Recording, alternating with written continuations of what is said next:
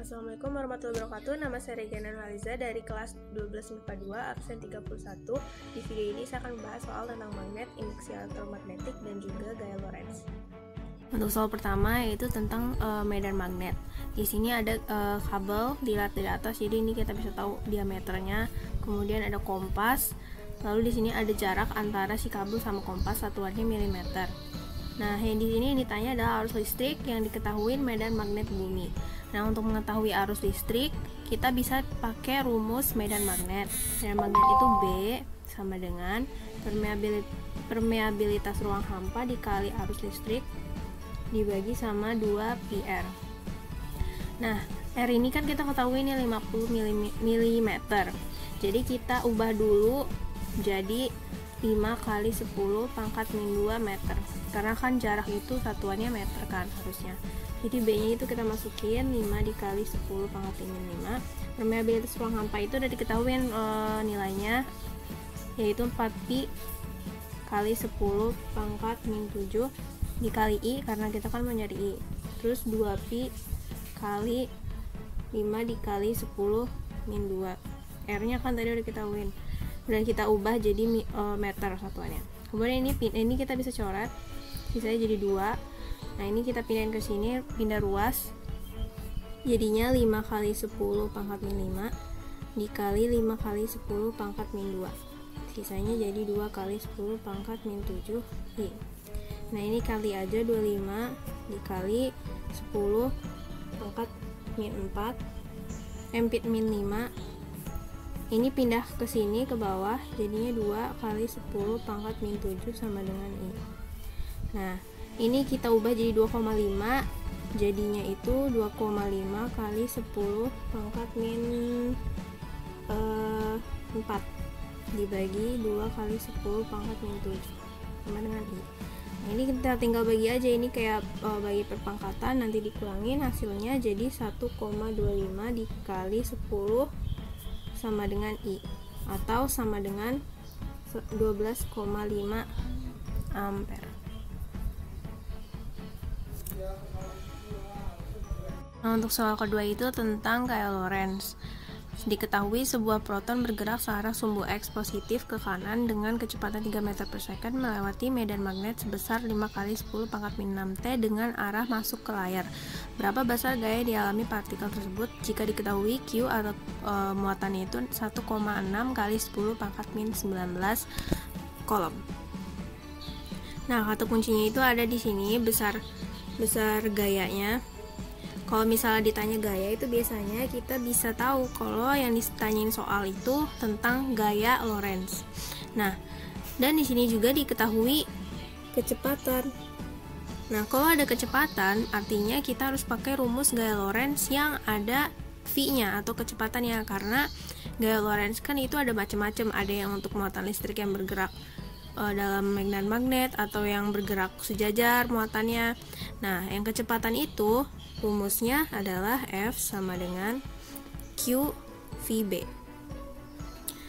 Tinggal masukin aja yang diketahui ini, itu ada Q kan, Q itu 1,6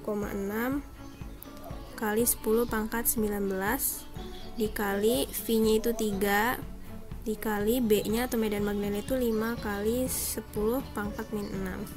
Ini tinggal dikali aja, 1,6 dikali 15 itu kan jadinya 2,4 kali 10 pangkat min 24 Newton.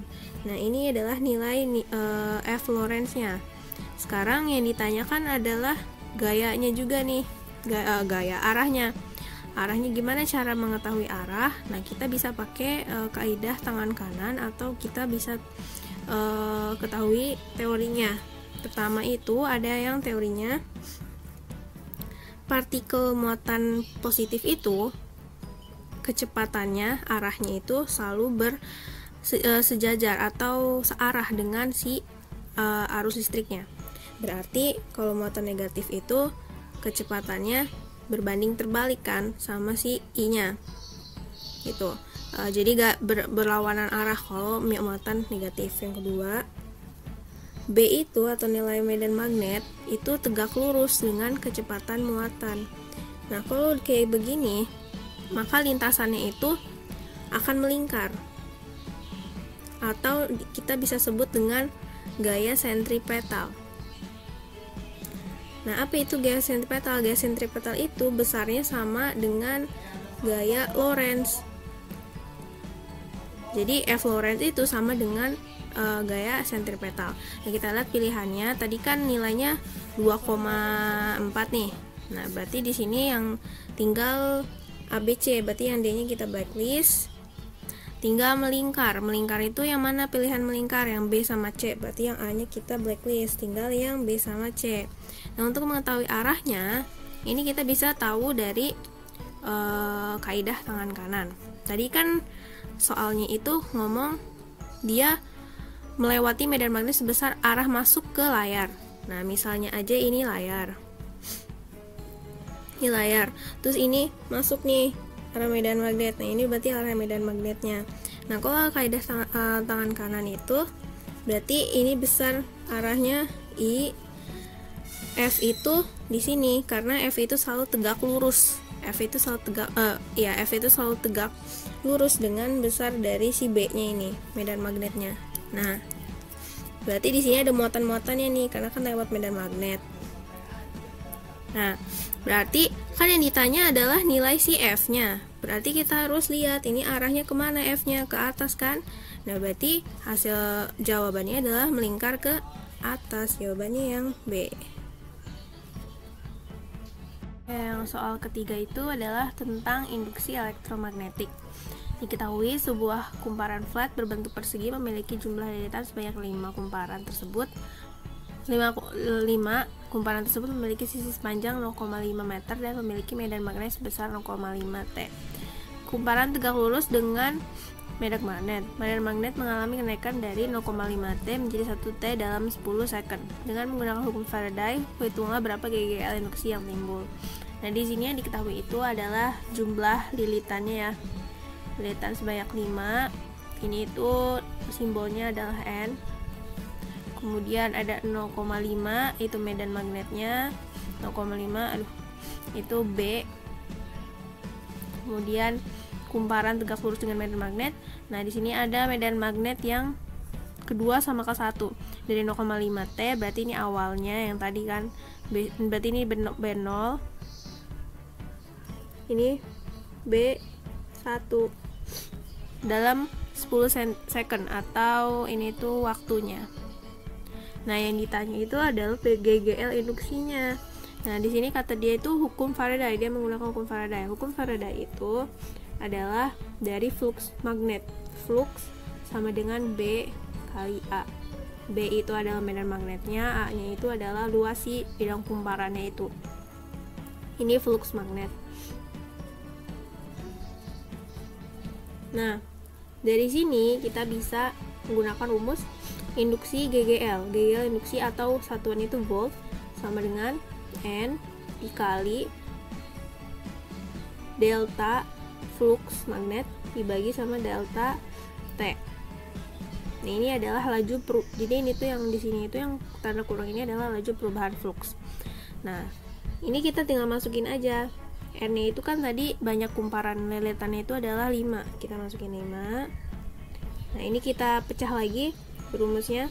Jadi flux kedua dikurang flux ketiga 1 karena kan itu delta ya perubahan.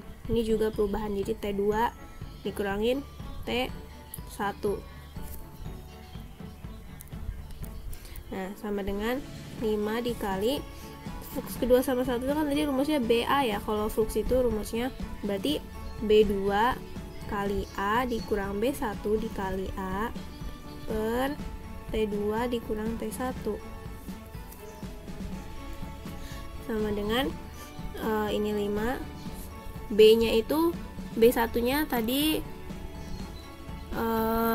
B1 nya tadi ini ya IT, B0 nya 0,5, tapi ini kita bisa ubah lagi aja jadi A kali B2 dikurang B1. Nah, sama dengan 5 dikali A nya itu 0,5 ya. Tadi kan panjangnya 0,5. Mana tadi? Nih 0,5. Oh ya, belum dituin. 0,5 panjang sisinya.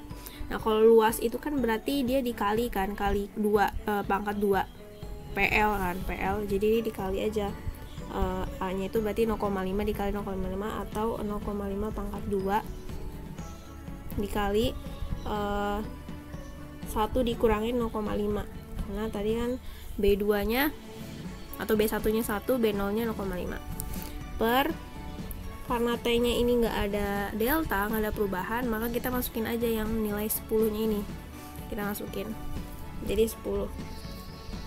Nah kita coret aja, jadinya 2. Ini kalau dihitung hasilnya bakal jadi 0,0625 volt. Jadi nilai GGL induksinya adalah 0,0625 volt.